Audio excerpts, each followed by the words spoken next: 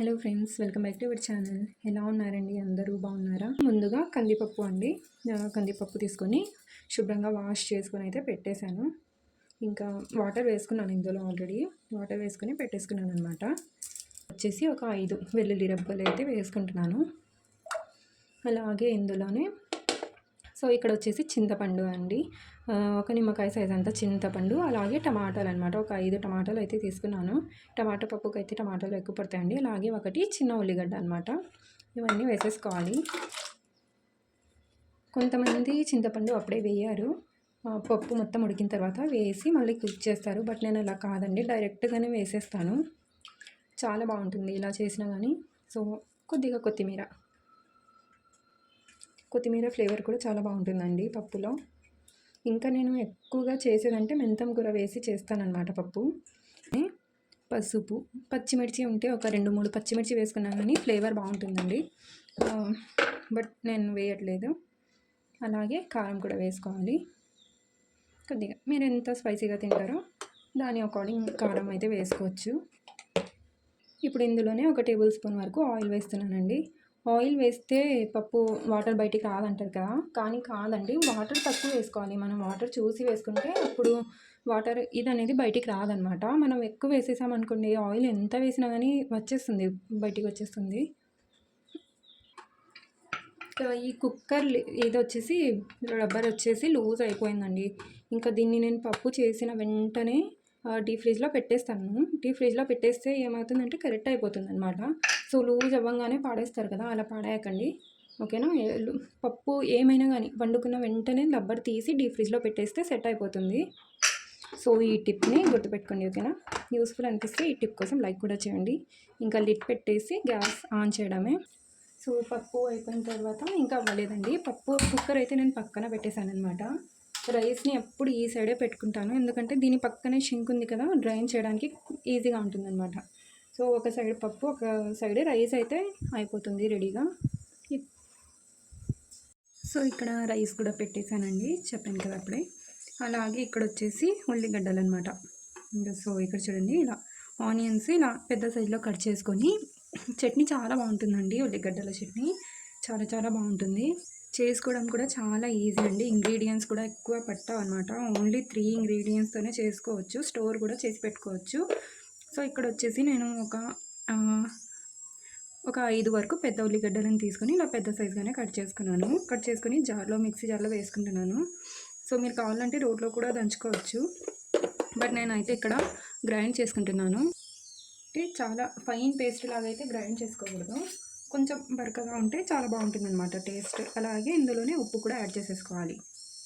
So టేస్ట్కి సరిపడినంత ఉప్పు వేసుకోవాలి. ఒకవేళ ఎక్కువ అయితే మళ్ళీ తినడం కష్టం కదండి, కొంచెం తక్కువ అయినా పర్వాలేదు, కానీ ఎక్కువ కాకూడదు. తక్కువ అయితే మళ్ళీ వేసుకోవచ్చు. ఇక ఇంతే అండి, ఇందులో ఏం వేసే అవసరం లేదు, ఇంకా గ్రైండ్ చేసుకోవడమే. సో దీన్ని పల్స్లో గ్రైండ్ చేసుకుంటే ఇలా అవుతుందన్నమాట. దీన్ని 1 వీక్ వరకు ఫ్రిడ్జ్లో స్టోర్ చేసి పెట్టుకోవచ్చండి, చాలా బాగుంటుంది. అంటే ఇలాగే కాదు, దీన్ని ఫ్రై చేసుకోవాలి. సో ఇలా గ్రైండ్ చేసుకున్న తర్వాత ఆయిల్ వేసుకొని కొద్దిగా ఫ్రై చేసుకోవాలి. సో ఇక్కడ ఇంకా పప్పు కూడా ఉడికిపోయింది చూడండి, ఆల్మోస్ట్ పప్పు కూడా ఉడికిపోయింది అనమాట. ఇంకా ఇలా స్మాషర్ ఉంటుంది కదండి, ఇలా మ్యాషర్తో మొత్తం మ్యాష్ చేసుకోవాలి. అలాగే ఇందులోనే ఉప్పు కూడా వేసుకోవాలి. సో కళ్ళుప్పు అంటారు కదండి, అదైతే నేను ఇక్కడ యాడ్ చేస్తున్నాను అనమాట. సో చూసుకోండి, టేస్ట్కి సరిపడినంత వేసుకోవాలి. వేసుకొని ఇక దీన్ని బాగా మ్యాష్ చేసేసుకోవాలన్నమాట. సో ఇలా మ్యాష్ చేసేసుకొని ఇంకా తాలింపు వేసుకోవడమే. ఇక తాలింపు కోసం ఏం లేదండి, అందరికీ తెలిసిందే కదా, కడాయి పెట్టేసుకొని ఆయిల్ వేసేసుకోవాలి. సో దీని తర్వాత ఇక్కడ వచ్చేసి 3 టేబుల్ స్పూన్స్ వరకు అయితే ఆయిల్ వేసాను. ఆయిల్ హీట్ అయిన తర్వాత పోపు దినుసులు వేసుకోవాలి.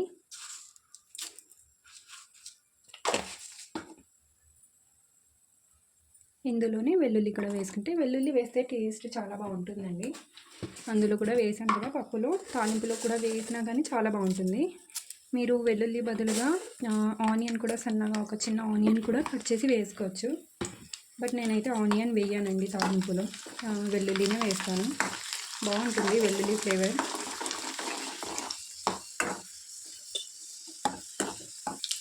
సో ఇలా కలర్ చేంజ్ అయినా సరిపోతుంది. ఎక్కువ మనం బ్లాక్గా చేసుకుంటే మళ్ళీ మాడిపోయిన ఫ్లేవర్ వస్తుందన్నమాట పప్పులో. అందుకని నేను ఎక్కువ ఫ్రై చేయనండి బ్లాక్గా.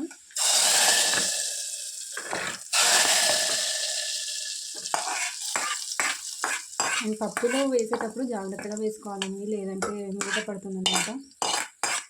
ఒకసారి నాకైతే పడింది, అందుకని చెప్తున్నా. ఓకేనా? ఓకే అండి. సో మన పప్పు కూడా రెడీ అయిపోయింది. ఇంకా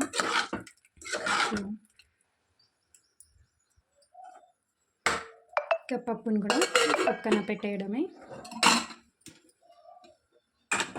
నెక్స్ట్ వచ్చేసి సో అన్నం పప్పు అప్పుడు అన్నం పప్పులు వడియాలు అలాంటివి లేకుంటే బాగుండదు కదండి. సో అందుకని ఆయిల్ వేసేసుకోవాలి.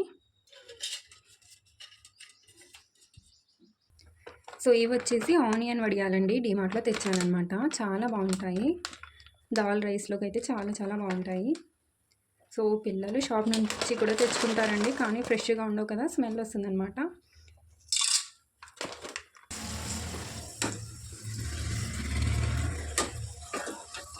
పిల్లలు వచ్చే లోపల రెడీ అయిపోతుంది.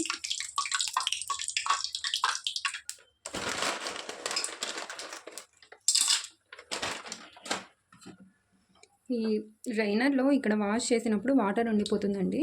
ఆ వాటర్ పడితే మొత్తం ఆయిల్ మొత్తం చిట్లిపోతుందన్నమాట. సో మీదకి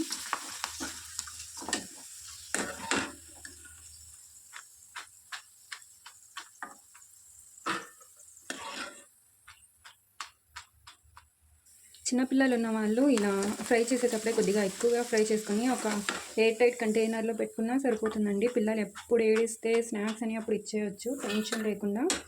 అండ్ బయట నుంచి తేకుండా, షాప్ నుంచి, అంగళ్ళ నుంచి అవి ఇవి కొన్ని ఇవ్వకుండా ఇలా ఒకేసారి కొన్ని ఎక్కువగా ఫ్రై చేసి పెట్టేసుకుంటే పిల్లలు అడిగినప్పుడల్లా ఇచ్చేయచ్చు.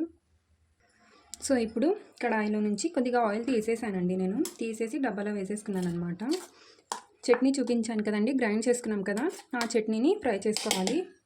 సో కడాయిలు ఇంకా ఎక్కువ ఎందుకు యూజ్ చేయాలని నేను ముందు తాలింపు వేసేసి ఆ తర్వాత వడియాలు ఫ్రై చేసేసుకొని ఇంకా లాస్ట్లో చట్నీ ఫ్రై చేసేసుకుంటే అయిపోతుంది. సో ఇంకా గ్యాస్ ఆన్ చేయలేదండి నేను, అప్పుడు గ్యాస్ ఆఫ్ చేసేసాను వడియాలు ఫ్రై చేసుకొని. ఎందుకంటే ఆయిల్ వేడిగా ఉంటుంది కదా, ఇక మనం చట్నీని వేడి వేడి ఆయిల్లో వేసేస్తే మొత్తం ఇంకా ఎగురుతుందనమాట, పైకి చిటపట్టలాడుతుందనమాట. అందుకని ఇంకా గ్యాస్ ఆఫ్ చేసి చట్నీ వేసేసుకొని దీన్ని బాగా ఆయిల్ మొత్తం రిలీజ్ అయ్యేంత వరకు బాగా కుక్ చేసుకోవాలి, ఫ్రై చేసుకోవాలి. ఇది దోశలో కానీ, ఇడ్లీలో కానీ, మనం వేడి వేడి రైస్లో కానీ చాలా చాలా బాగుంటుందండి. ఒకసారి డెఫినెట్గా ట్రై చేయండి. మీరు ట్రై చేసి నాకు కామెంట్ చేయండి, ఓకేనా? మీడియం ఫ్లేమ్లో పెట్టుకొని దీన్ని ఫ్రై చేసుకోవాలి. సో ఇక్కడ చూస్తున్నాను కదా, ఇలా బబుల్స్ ఇలా చిటపటలు ఆడుతుంది అనమాట. సో ఫింగర్స్ మీద, చేయి మీద పడుతుంది, జాగ్రత్తగా. సో ఇలా మిక్స్ చేస్తూ ఉండాలి. సో చూసారు కదండి, మొత్తం దగ్గర పడిపోయింది కదా, ఇంకా లైట్గా ఆయిల్ కూడా రిలీజ్ అయిందనమాట. ఇంకా ఈ స్టేజ్లో గ్యాస్ ఆఫ్ చేసుకొని ఇది చల్లగైన తర్వాత ఒక కంటైనర్లో వేసేసుకొని ఫ్రిడ్జ్లో పెట్టేసుకుంటే 1 వీక్ వరకు స్టోర్ ఉంటుందండి. బయట అయితే ఒక 2-3 డేస్ వరకు అయితే ఉంటుంది. ఆ తర్వాత ఫంగస్ వస్తుందన్నమాట దీని మీద. సో ఈరోజు వీడియో ఎలా ఉందో నాకు కింద కామెంట్ చేసి, వీడియోస్ నచ్చినట్టయితే లైక్ చేయండి. సో నెక్స్ట్ వీడియోలో మళ్ళీ కలుద్దాం.